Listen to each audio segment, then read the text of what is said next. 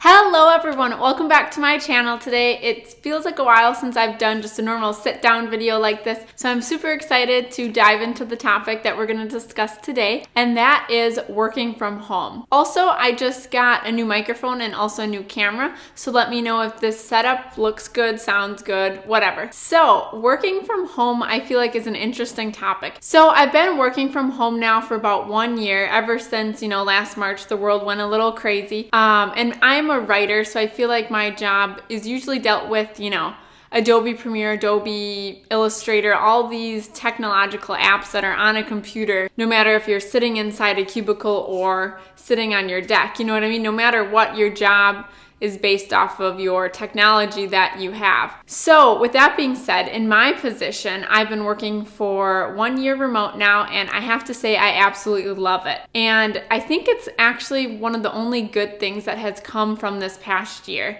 because it's finally jolted the workforce, just the status quo, into thinking, hey, we don't need all these people just taking up space, taking up their lives, sitting in a fluorescent lit little gray box for 40 to 50 hours a week doing their job. Because so many jobs, obviously some jobs you need people on site, you need to be always, with other people doing something. Totally get that. But with a lot of jobs, and as technology increases and we're able to do a lot more, as that continues, a lot of jobs don't need to be in an office. And I am a strong proponent of your job shouldn't always be forced into a set timetable that you should spend on it. Your job should take as long as it does for you to complete it successfully and to go above and beyond and do everything that you're needed to do. But somebody shouldn't be telling you how long it should take you and putting you into that type of time frame. Especially with my type of job, I've always felt like you go into the office and you end up wasting maybe 2 or 3 hours anyways, because you're talking to people, you're doing stuff, you don't really want to be there. Sometimes you're just trying to scroll on your phone, do whatever. And nowadays it's like I wake up, I go to my computer, I see what I have to do that day, I start checking it off, and then lunchtime comes around, I make lunch, I maybe do something else for an hour, and then I try to just figure it out and balance it throughout my day. And I feel like that is such a healthier way to go about life, because we have so much more autonomy. We don't need to be somewhere doing something for a certain amount of time that's not really benefiting our life and not really even benefiting the company. Because as we've been working from home now for a year, they're actually finding that productivity is staying the same, and in my department, in my sector, it's almost increasing. So I find that really interesting. And I don't know about you guys if you have been working from home for a long time or just in this last year. It's something that maybe they've infused into your schedule a bit more, but I find the topic extremely interesting. And also another point I wanted to mention is currently I am working from home longer than I've ever worked in an office. So after I graduated, got a job, I worked, we were in the office for maybe 9 months, and then all of a sudden, last March happened. So right now I've been working from home in my, professional position longer than I've ever been accustomed to the office feel. And I find that interesting, one, because newer generations were more susceptible to learn technology, kind of interact in this way, and also a lot of new people are graduating now and starting right off the bat remote. So how are our companies going to call people back in as soon as they want them to? Are they going to extend a little bit of grace and say, hey, we've noticed your productivity stayed the same when you were working from home. If you want to stay working from home, totally fine with us. Personally, I think working from home should always be an option if it is available to you, because first of all, it gives a mutual trust, between your manager, your boss, your company, and you. And if you're responsible and hardworking and you're driven already, working from home, and if that's something you want to do, it shouldn't be a problem. Now, on the flip side of this, I meet a lot of people who are actually excited to get back into the office. And I find it intriguing because their reasons for getting back into the office are primarily socialization and just being around people. And I totally get that. Sometimes it gets a little boring, you know what I mean? If I don't have anything else planned in a set of 3 days, I might just literally stay in my place and work and cook and do whatever. And at least driving to the office gives you that forced exposure to the world. But at the same time, I've said it in other videos, I'm naturally a bit more introverted.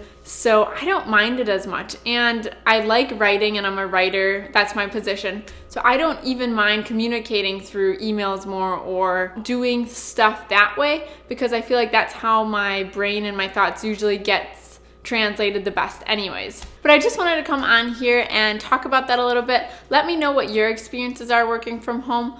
I definitely think you have to be self-motivated already for it to work. Sometimes you can get into that position where you don't really need to do work. You see like you could do it, but you don't have to. Nobody's telling you to do it. So you're just not going to do it. And I think if you are starting to work from home, that is a very dangerous mindset to get into. So you have to be disciplined in the fact that you have to force yourself to get things done. But the flip side of that is once you get things done and things are rolling, things are checked off, you don't have to stay per se in your office, in your, company little cubicle. You can go for a walk. You can go get groceries. You can talk with, your housemates or however, you know what I mean? There's like so many more options to just fully enrich your life instead of just a one-dimensional day, if that makes sense. Because like if I would go into the office, I'd spend 8 hours there. And really I would only be doing one or two things. I would be working on whatever projects and then,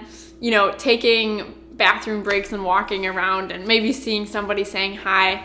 And that was really what my days consisted of. And if you think about it, 40 hours a week and you work for years upon years, that takes so much out of you, just so much of your moments, your creativity, your thoughts, everything. And I feel like working from home / working remotely kind of gives that back to the worker a little bit. You're able to have those, 10 minutes, 20 minutes to yourself to maybe do something else, think about something, read a book or cook something, not like dictated by this outside schedule that you don't even need to be successful.